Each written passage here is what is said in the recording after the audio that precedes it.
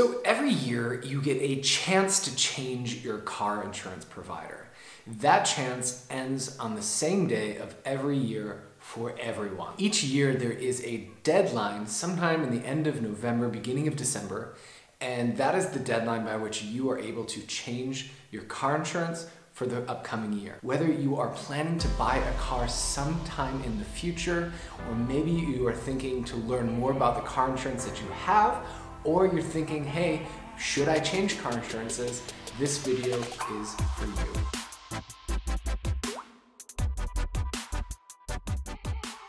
So I am Josiah. I have been living in Germany for the last 13 years. I started this channel to share some of the things that I have learned through my own experiences with you, in hopes that it would be helpful and make your life a little bit easier. And so if that sort of thing is helpful and relevant to you, be sure to subscribe. And if today's video is especially helpful, then be sure to leave a like behind as well. For today's video, I'm going to break it up into two different parts. The first part, what are the things to know about car insurance here in Germany? What are some of the terms and concepts you need to be familiar with?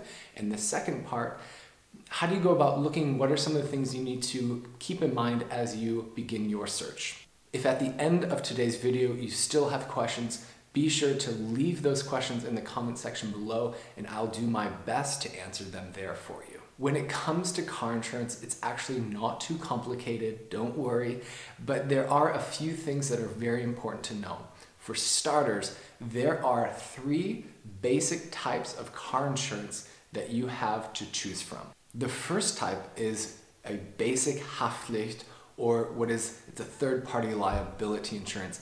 It's just the most basic insurance that every car has to have. It's the bare minimum, and it covers damage done to other people's property or vehicles or persons in the event of an accident. With this second type of insurance, things are going to get a little bit better. It's called Teilkasko or partial coverage. The thing with Teilkasko, it includes everything in the previous Haftpflicht insurance, but it's going to also add some extra things that are going to be covered. It's going to expand coverage to things like theft, accidental damage, but it's not going to cover the damage that is done to your car in the case that you cause an accident and it's your fault. Which now brings us to the third type of insurance, which is the most comprehensive. It is called Vollkasko. It is going to cover everything that will happen to your car.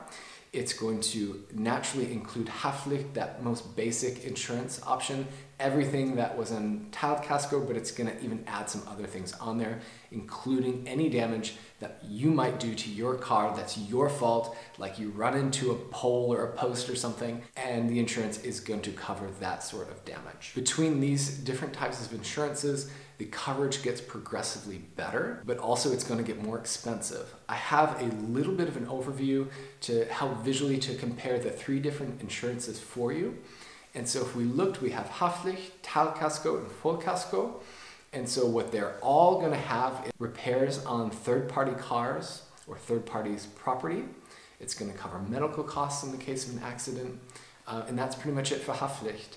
But then as you keep going down, damages like hail, lightning, flood damage, fire damage, glass damage, auto theft, those are all going to be covered in Teilkasko and Vollkasko. And then as you continue down, vandalism, hit and run damage. So if somebody bumps into your car and they drive off, that damage is not your fault, but if they don't know who caused the damage, it wouldn't be covered under Teilkasko, but it would under Vollkasko. And then also, importantly, damage you cause to your own car if it's your fault. And so there you go, you can have a little bit of an overview of the 3 different types of insurances. Progressively more comprehensive, but as well, it's going to get more expensive as you go. When it comes to cost, there are a few other things that you need to be aware of that are going to impact how much your car insurance is going to cost. The deductible is one of the next big things. You most often have 3 different choices. When looking, it's either at 0, you have 0 deductible, or goes to 150 euros or up to 300 euros. The next thing we come to is breakdown insurance. This is an added coverage option you can add through your car insurance provider, and it will make your insurance a little bit more expensive, but also it's going to cover costs if you break down if you're on a trip somewhere out of town. There are other companies that offer these sorts of coverage plans, like ADAC is the big popular one here in Germany. It can be anywhere from 80 euros to 130 euros per year for that breakdown insurance. So sometimes you can get a good deal by setting it up through your car insurance provider. It'll save you some money. And then finally, there is what's called a no claims bonus. It'll be an SFR. You'll see this all the time, an SFR number. Every year that you do not make a claim on your car insurance and you are a safe driver, your SFR number is going to increase by 1. The higher that number, the better for you. And most likely you're going to start at 0, but it will grow over time. And the higher that number gets, the greater the discount you're going to get from an insurance provider as they see you're a good driver, you don't make claims, and they're going to give you cheaper car insurance. If you're just starting out and registering a car for the first time, you're going to need an EVB number when you register your car. This is a number that you receive from the insurance provider upon completing a contract with them.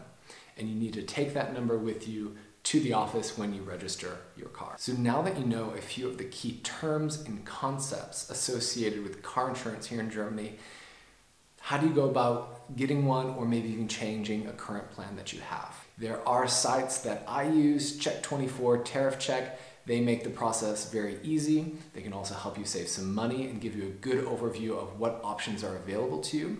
But before you head over and start looking, a few things you need to answer to yourself.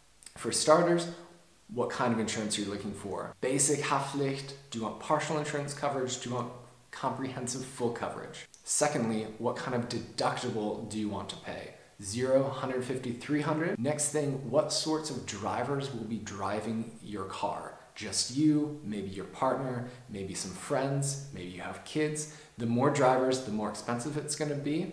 As well, what are their ages? The younger age of the driver, the more expensive it will be as well. How do you want to pay? The most common option is paying once a year. It's going to be the cheapest, but sometimes you can as well pay quarterly or monthly, but paying monthly is going to be the most expensive. And the last thing you need to have in your mind is a rough estimate of how many kilometers per year do you anticipate to drive. The more you drive, naturally, the more expensive your car insurance is going to be. So once you have a good idea or rough estimate to some of those questions, head over to Tariff Check. There's some links in the description below and run a simple search. See what options are available to you. The sites will guide you through the insurance buying decision and also the process. If you are changing providers, they will help you do that. I hope today's video has been helpful.